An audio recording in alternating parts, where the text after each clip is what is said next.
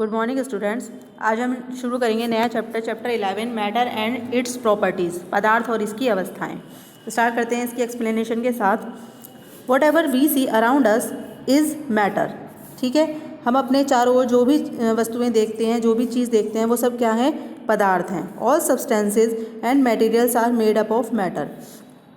सभी तत्व और जो वस्तुएं, धातुएं हैं, वो सब किससे मिलकर बनी होती हैं? पदार्थ से मिलकर ही बनी होती हैं। Anything that has mass and occupies space is called matter. जो भी वस्तु जिसके अंदर द्रव्यमान रखती है, जो और जो स्पेस मतलब कि जगह घेरती है, वो सब क्या कहलाते हैं? वो सब मैटर कहलाती हैं, पदार्थ कहलाती हैं। For example moon, clouds, stars, sun, animals, seas, rivers, plants, human beings etcetera. ये सभी इसके एग्जाम्पल्स हैं। मून चंद्रमा, क्लाउड्स बादल, स्टार्स तारे, सन सूर्य, एनिमल्स पशु, सीज समुद्र, रिवर्स नदियाँ, प्लांट्स पेड़ पौधे, ह्यूमन बींग्स मानव। तो ये सब जो भी स्थान घेरते हैं या जिनके अंदर द्रव्यमान होता है, वो सब किसके एग्जाम्पल्स होते हैं? वो सब पदार्थ के, मतलब कि मैटर के एग्जाम्पल्स हैं। आगे चलते हैं, देखते हैं कि स्टेट्स ऑफ मैटर की पदार्थ की कितनी अवस्थाएं होती हैं। स्टेट्स ऑफ मैटर, पदार्थ की अवस्थाएं। There are 3 states in matter. पदार्थ की कितनी अवस्थाएं हैं? 3 अवस्थाएं होती हैं, सॉलिड, लिक्विड एंड गैस। इसको सॉलिड को कहते हैं ठोस, इसको कहते हैं द्रव लिक्विड, और इसको कहते हैं गैस। ये तो आपको पता ही है, 3 अवस्थाएं होती हैं। Matter is made up of tiny particles all called molecules. तो जो मैटर है, मतलब कि पदार्थ छोटे छोटे कणों से मिलकर बना होता है, जिसे क्या कहते हैं? मॉलिक्यूलस, मतलब कि अणु कहते हैं, जिसे क्या कहते हैं? अणु। आगे चलते हैं, सॉलिड। अब जानते हैं सॉलिड के बारे में। सॉलिड क्या होता है? Solid is a substance which is generally hard. Solid एक ऐसा तत्व होता है जो कि सामान्यतः कैसा होता है? कठोर होता है। Its shapes does not change unless some force is applied on it. और इसकी जो आकार है तब तक चेंज नहीं होता जब तक कि उस पर कोई बल ऊपर से लगाया ना जाए। It can be easily held in the hand. यह आसानी से हम हाथ में पकड़ सकते हैं इसे। ए पीस ऑफ स्टोन, एक पत्थर का टुकड़ा। ए लॉग ऑफ वुड, एक वुड का लॉग। ए ब्रिक, एक ईंट। ETC are examples of solid. ये सब किसके एग्जाम्पल्स हैं? सॉलिड के। मतलब कि सॉलिड क्या होता है?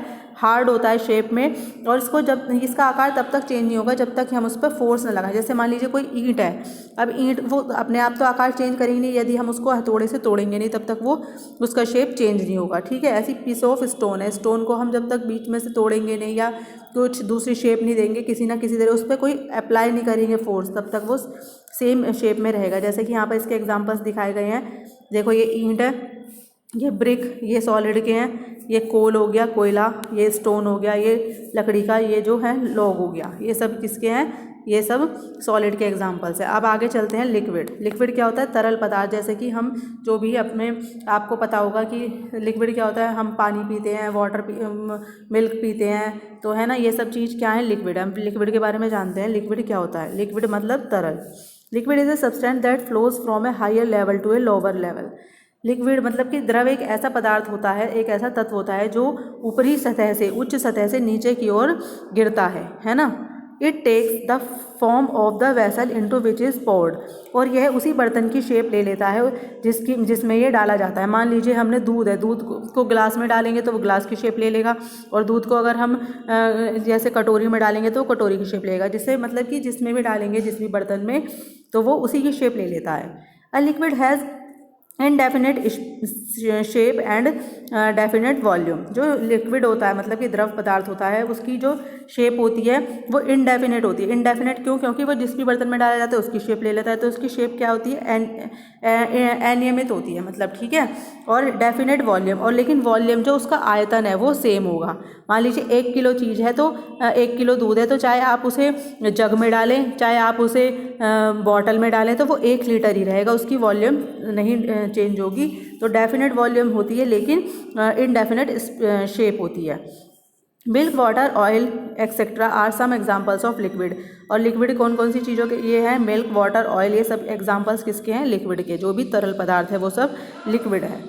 आपने ये देखा होगा, देखिए जूस है, ये भी लिक्विड है ना। ऑयल है, जूस हो गया, ये ऑयल है, ये भी लिक्विड है। ये वाटर हो गया, ये मिल्क हो गया, ये हनी है, जो भी लिक्विड की शेप में है वो सब लिक्विड्स हैं। आगे चलते हैं नेक्स्ट पेज पे,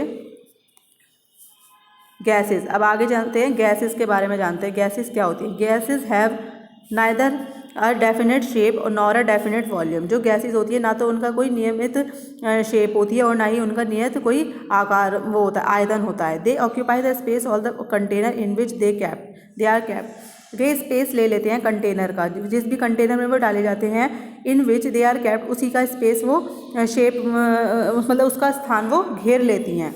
gases can flow in all direction, लेकिन जो गैसेज हैं वो सभी डायरेक्शन में बहती हैं, मतलब सब डायरेक्शन में जाती हैं। यानी जैसे लिक्विड है वो तो एक उसमें रहेगा, डेफिनेट शेप में रहेगा, तो ये कह रही हैं ये सभी डायरेक्शंस में जा सकती हैं gases. Oxygen, nitrogen, helium, carbon dioxide etcetera are some examples of gases. Oxygen है, नाइट्रोजन है, हीलियम है, कार्बन डाइऑक्साइड, ये सब एग्जाम्पल्स हैं कुछ गैसेस के। ठीक है, अब आगे चलते हैं properties of solid, liquid and gas.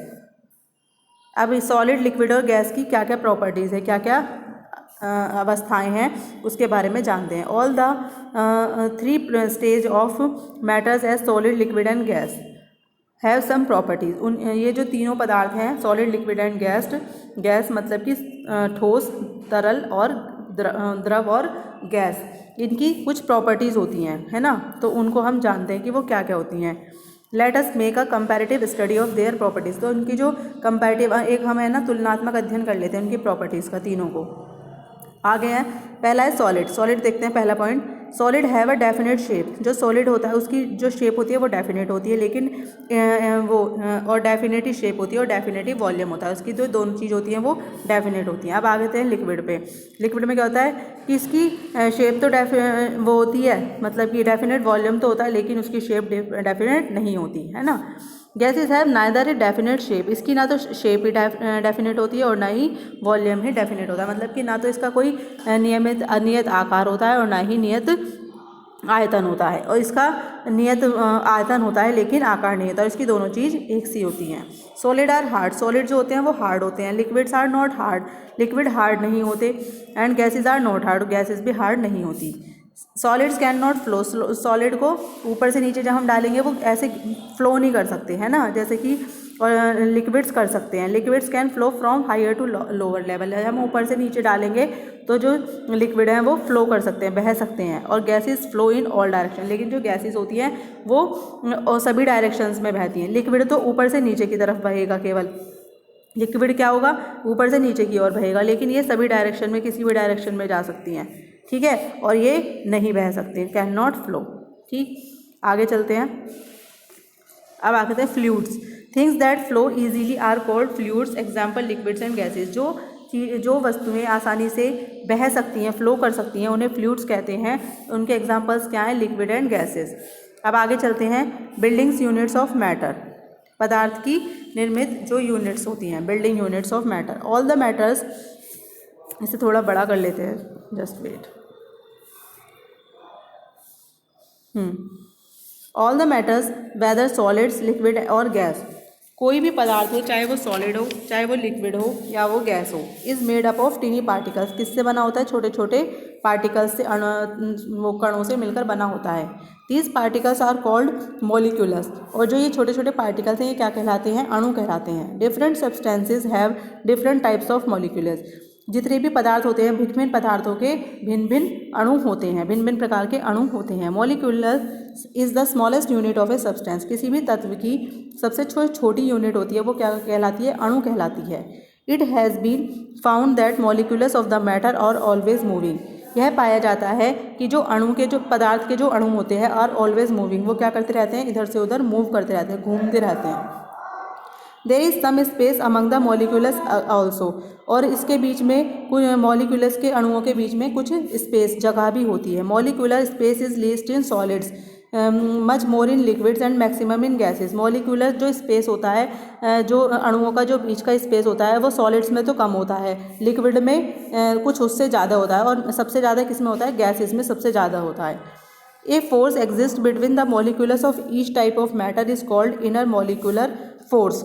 प्रत्येक प्रकार के पदार्थों के बीच, प्रकार के पदार्थों के अणुओं के बीच जो एक प्रकार का बल मौजूद होता है, उसे क्या कहते हैं, इनर मॉलिक्यूलर फोर्स, उसे कहते हैं अंतर आणविक बल, उसे कहा जाता है। आगे चलते हैं, चेंजेस ऑफ, ये देखो मॉलिक्यूलर्स ऑफ सॉलिड्स हैं, ये मॉलिक्यूलर ऑफ लिक्विड्स हैं, और ये मॉलिक्यूलर ऑफ गैसेज हैं। आगे चलते हैं, चेंजेज ऑफ स्टेट्स है ना, पदार्थ की कैसे परिवर्तन होता है इनकी अवस्थाओं में। We have read that heat changes solid ice to liquid water. हम पढ़ते हैं कि जो हीट होती है उससे चेंज हो जाती है सॉलिड जो है चेंज हो जाता है आइस टू लिक्विड वाटर। जैसे बर्फ़ है, सॉलिड आइस है, और वो किस में चेंज हो जाएगा, पानी में चेंज हो जाएगा अगर हम उसे क्या करेंगे, हीट में रखेंगे। मान लीजिए बर्फ़ है और आप बर्फ़ के कटोरे को गैस पे रख दीजिए जिसमें बर्फ़ जमी हुई है, तो थोड़ी देर बाद आप देखेंगे तो वो लिक्विड में मतलब पानी में बदल जाएगा। ठीक है, अब वो कह रहा है heat can also change a liquid to a gas, और जो हीट है वो हीट भी चेंज कर देती है लिक्विड को गैस में। अब जब आप देखेंगे कि जब हम पानी को गर्म करते हैं उसमें से भाप उठती है, तो वो क्या होती है, वो क्या होती है, गैस ही तो होती है वो। तो वो कह रहा है हीट जो गर्म होती है, गर्माई होती है, उससे हम चेंज कर सकते हैं लिक्विड को गैस में भी। If you put a glass of water in a warm place, यदि आप एक गिलास पानी को गर्म जगह पर रख दें, आफ्टर ए डे और 2, 1 या 2 दिन के बाद, the cup will be empty, तो जो वो कप है वो खाली हो जाएगा, है ना। The liquid change into a gas, जो लिक्विड है, जो पानी है, वो गैस बनकर हवा में मतलब गैस बनकर उड़ जाएगा, गैस का रूप ले लेगा। जब पानी है वो क्या होगा, उसके ऊपर सूरज की धूप पड़ेगी, है ना, और जब सूरज की धूप पड़ेगी तो वो क्या होगी, उसमें से वो भाप बन के सारा पानी उड़ जाएगा, गैस का रूप ले लेगा।